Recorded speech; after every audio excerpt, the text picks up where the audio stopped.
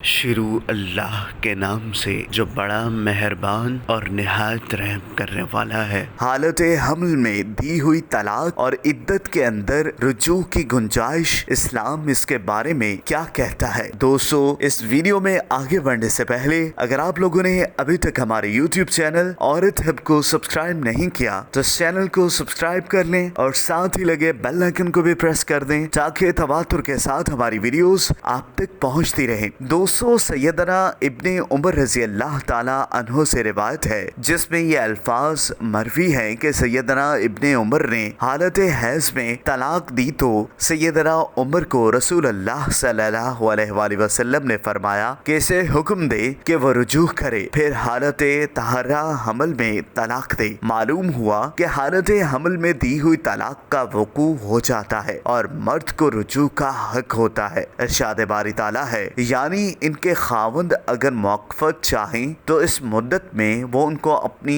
زوجیت میں لینے کے زیادہ حقدار ہیں۔ سورۃ مصالحہ میں عدت چونکہ واضح حمل ہے جیسا کہ ارشاد باری تعالیٰ ہے، اور حمل والی عورتوں کی عدت واضح حمل تک ہے۔ 3 بار اکٹھی طلاق دینے سے ایک ہی طلاق رجعی واقع ہوتی ہے اور قرآن و سنت سے یہی ثابت ہے۔ ارشاد باری تعالیٰ ہے، رجعی طلاقیں 2 ہیں، اس کے بعد یا تو بیوی کو آباد رکھنا ہے یا پھر شائستگی کے ساتھ چھوڑنا ہے۔ اس آیت میں لفظ کا مطلب بعد یعنی ایک دفعہ کے بعد دوسرے دفعہ طلاق دینا، نہ کہ محض لفظی تکرار۔ اگر 2 طلاقیں ہو تو آیت یوں ہوتی ہے جبکہ ہرگز نہیں ہے۔ اس کی مثالیں قرآن مجید میں مذکورہ ہیں، جیسا کہ ارشاد باری تعالیٰ ہے، کیا لوگ دیکھتے نہیں کہ ہر سال 1-2 مرتبہ انہیں آزمائش میں ڈالا جاتا ہے؟ اور دوسری جگہ فرماتا ہے، اے ایمان والو، تمہارے معلوم اور تمہارے نابالغ بچے 3 اوقات میں اجازت لے کر تمہارے پاس آیا کریں۔ اس آیت کے بعد ان 3 اوقات کی تفصیل بیان کر دی گئی۔ ظاہر ہے یہاں ثلاث کا مطلب الگ الگ 3 اوقات ہیں، نہ کہ ایک ہی زمانے میں 3 اوقات کا اجتماع ہے۔ اس سے واضح ہوا کہ طلاق رجعی 2 دفعہ ہے، نہ کہ 2 طلاقیں اکٹھی۔ اب چند ایک صحیح احادیث ملاحظہ فرمائے۔ سید عبداللہ بن عباس رضی اللہ عنہ نے کہا کہ نبی کریم صلی اللہ علیہ وآلہ وسلم کے زمانے میں اور سیدنا ابو بکر رضی اللہ عنہ اور سیدنا عمر رضی اللہ عنہ کے خلاف 2 سال تک 3 طلاقیں ایک ہی شمار ہوتی ہیں۔ اب اس کے بعد ایک صحیح اور سچا واقعہ دور نبوی صلی اللہ علیہ وآلہ وسلم کا ملاحظہ کریں۔ رکانہ بن عبد الجزید نے اپنی بیوی کو ایک ہی مجلس میں 3 طلاقیں دے دی اور اس پر بہت